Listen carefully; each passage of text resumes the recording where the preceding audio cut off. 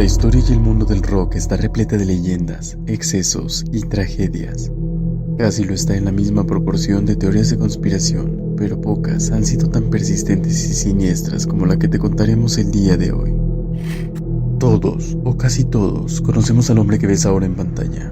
Si no lo conoces te lo presento. Su nombre es Paul McCartney, icónico cantautor, compositor y músico británico que alcanzó la fama mundial como integrante y fundador de The Beatles, una de las bandas más influyentes y exitosas de la historia. En este punto comienza lo aterrador y que nos atañe en esta ocasión. Y aquí te dejo una pregunta para comenzar. ¿Notaste alguna diferencia entre el hombre de la foto previa y la que te muestro ahora? La teoría que aquí desglosamos se precisa en tu respuesta y sugiere que el verdadero Paul murió en 1966. Y lo que es aún más perturbador, que habría sido reemplazado por un doble idéntico.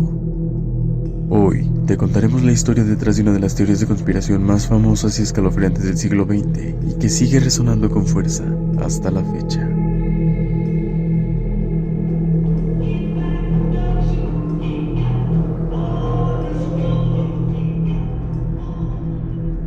James Paul McCartney, mejor conocido mundialmente como Paul McCartney, nació un 18 de junio de 1942 en Liverpool, Inglaterra. Como muchos jóvenes de los 60, cayó bajo el hechizo del rock proveniente de Estados Unidos, especialmente bajo la influencia de Elvis Presley, a quien imitó hasta en el peinado. Más tarde, en el instituto, conoció a John Lennon, por quien se uniría a The Quarrymen, donde conoció también a George Harrison y con quienes poco después fundaría The Beatles.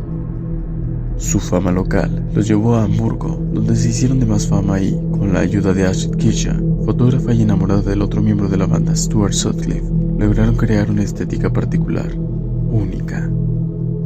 Brian Epstein, un columnista musical, descubrió el talento de los Beatles y movió contactos para conseguirles un contrato. Y lo logró cuando George Martin los fichó para EMI con la única condición de cambiar de baterista. Así, Ringo Starr entró en la alineación y de ahí, el resto es historia. El éxito fue inmediato. 4 jóvenes ingleses conquistaron al mundo, rompieron todos los récords y dieron origen a un fenómeno global: la Beatlemanía. I love them. I don't care what anybody thinks. I love the Beatles for them and I'll always love them. Sembraron éxitos por todas partes. Estaban en plena evolución creativa con discos como Rubber Soul, que contenía las canciones In My Life, There are places I remember. y Michelle. Michelle, my belle, these are words. O Eleanor Rigby del álbum Revolver, uno de sus temas más celebrados. All the lonely people. Look at all the... Tenían, como a la fecha, millones de fanáticos alrededor del globo, convirtiéndose en los reyes del mundo en los años 60, época en la que el mismo Lennon diría la famosa frase: "Somos más populares que Jesús". Ciertamente, parecían imparables, pero no inseparables.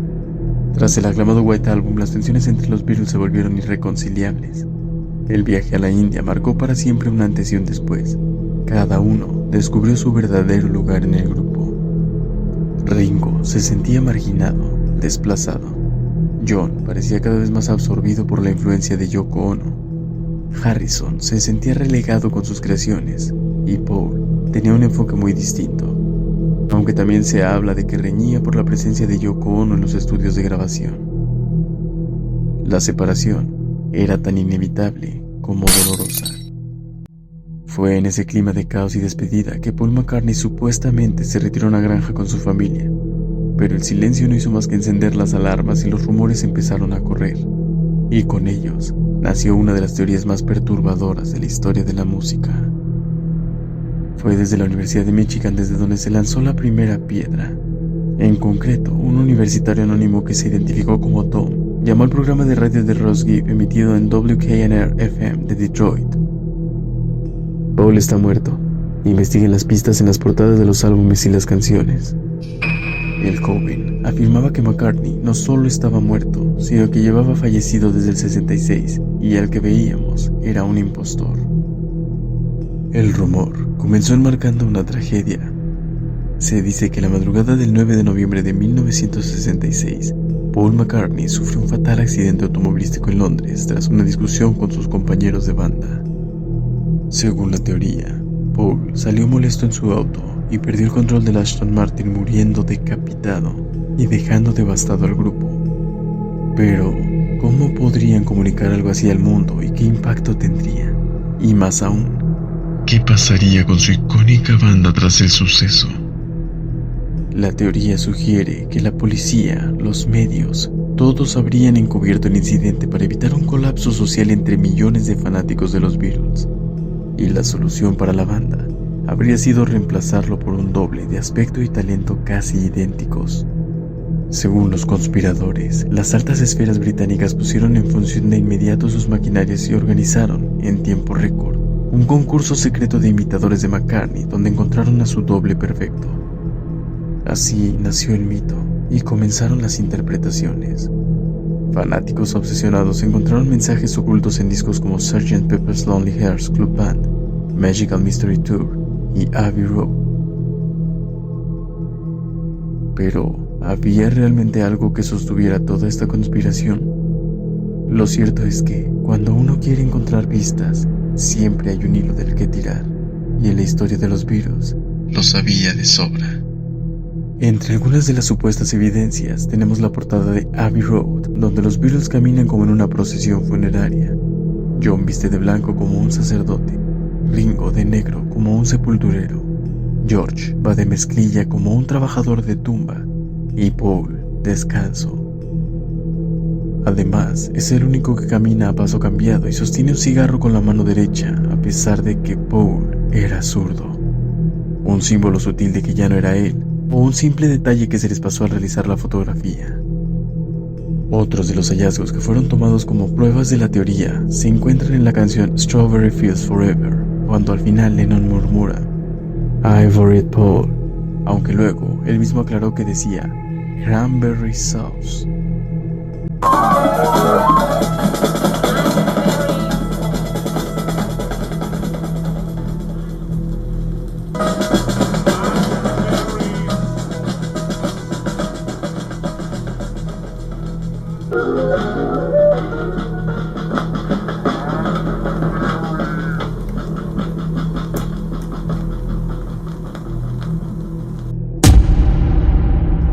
En I'm So Tired, el grupo esconde un mensaje, pero esta vez habría que reproducir la canción al revés.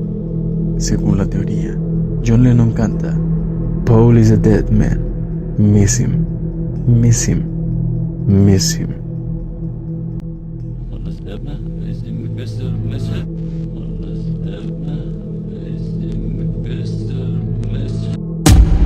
También, en Revolution No. 9, si se escucha al revés, algunos aseguran oír "Turn me on, dead man." Number 9, number 9, number 9, number 9. Hang on, man. Hang on, man. Hang on, man. Hang on, man. Y en su película de 1967, Magical Mystery Tour, en una escena vemos a todos vestidos con un traje blanco y una rosa en la solapa. Curiosamente, todos llevan una rosa roja, excepto Paul. Su rosa es negra. Aún queda una duda no resuelta en toda esta teoría. ¿Quién fue el sujeto que reemplazó con oscura facilidad a uno de los músicos más destacados de la época? De acuerdo a las pistas señaladas, en el concurso de imitadores que se llevó en absoluto secretismo por la participación de las altas esferas británicas y se realizó con inmediatez por la grabación próxima del álbum Sgt. Pepper's Lonely Hearts Club Band, se encontró al doble perfecto: William Campbell o Billy Shears. El susodicho se mimetizó a la perfección y sin dificultad se adaptó al grupo hasta fusionarse como el mismísimo Paul. Algunos aseguran que se sometió a cirugías plásticas y que por eso cambió ligeramente su voz, su estatura y su forma de componer. Incluso se han llevado a cabo estudios de antropometría facial y comparaciones de voz con resultados tan contradictorios que, para algunos, son pruebas fervientes que sustentan la teoría. El locutor Robbie Young, que perdió su trabajo por buscar pistas en la discografía y dedicar cada emisión a hablar del caso, buscó ayuda en Henry Truby, un decano en la Universidad de Miami y experto en reconocimiento de voces por espectrómetro, mediante la descomposición de la voz en fragmentos simples para encontrar la huella dactilar de la voz, única en cada ser humano. El locutor le pidió que analizara canciones del antes y después del suceso de la teoría, y el aterrador resultado sería que no podían ser la misma persona.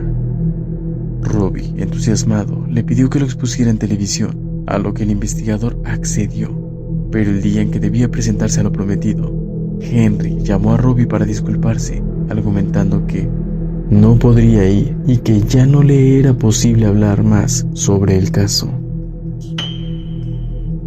Si lo anterior no alimentaba más la duda en los fans, nada podría hacerlo. O eso se creía. Al momento y por un buen tiempo, ya nadie notó o cuestionó la supuesta suplantación de identidad que se había llevado a cabo. Pero los Beatles parecieron comenzar a sentirse culpables y decidieron ocultar mensajes de manera intencionada en su música. Lo anterior, como un intento desesperado por librarse un poco del cargo de conciencia por lo atroz de la situación.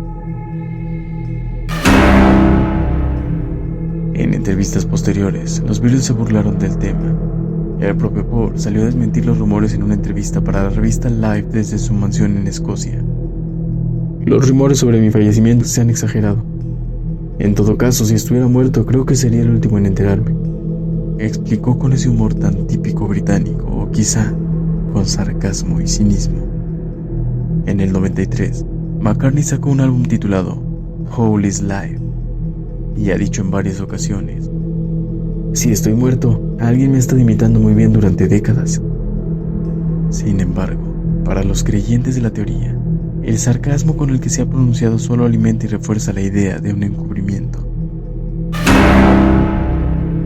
Fue todo un juego de marketing, una obsesión colectiva, o una verdad enterrada bajo toneladas de música e historia tanto por la banda como por personajes poderosos en Inglaterra. Es verdad que habría que ser un genio para esconder mensajes en imágenes y escribir canciones que tienen sentido tanto al derecho como al revés, pero es igual de verdadero que The Beatles fueron genios creativos que revolucionaron la música y cultura para siempre. Lo cierto es que la teoría no ha muerto, y mientras Paul McCartney siga vivo, muchos seguirán creyendo que en realidad está muerto. Aunque puede que tengamos tanto tiempo viendo al sustituto que quizá ya ni siquiera recordamos al original. Y peor aún, quizá ni siquiera él, consumido por su papel, recuerda que es tan solo un doble del Paul original.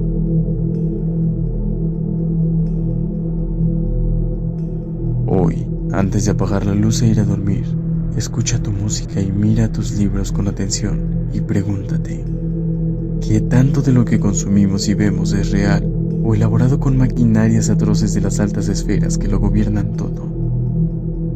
Al final, tú decides en qué creer.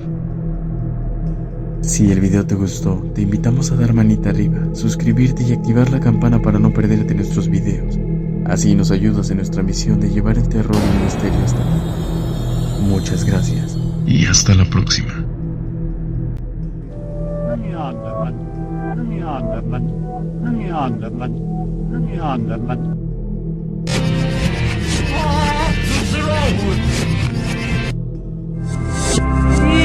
She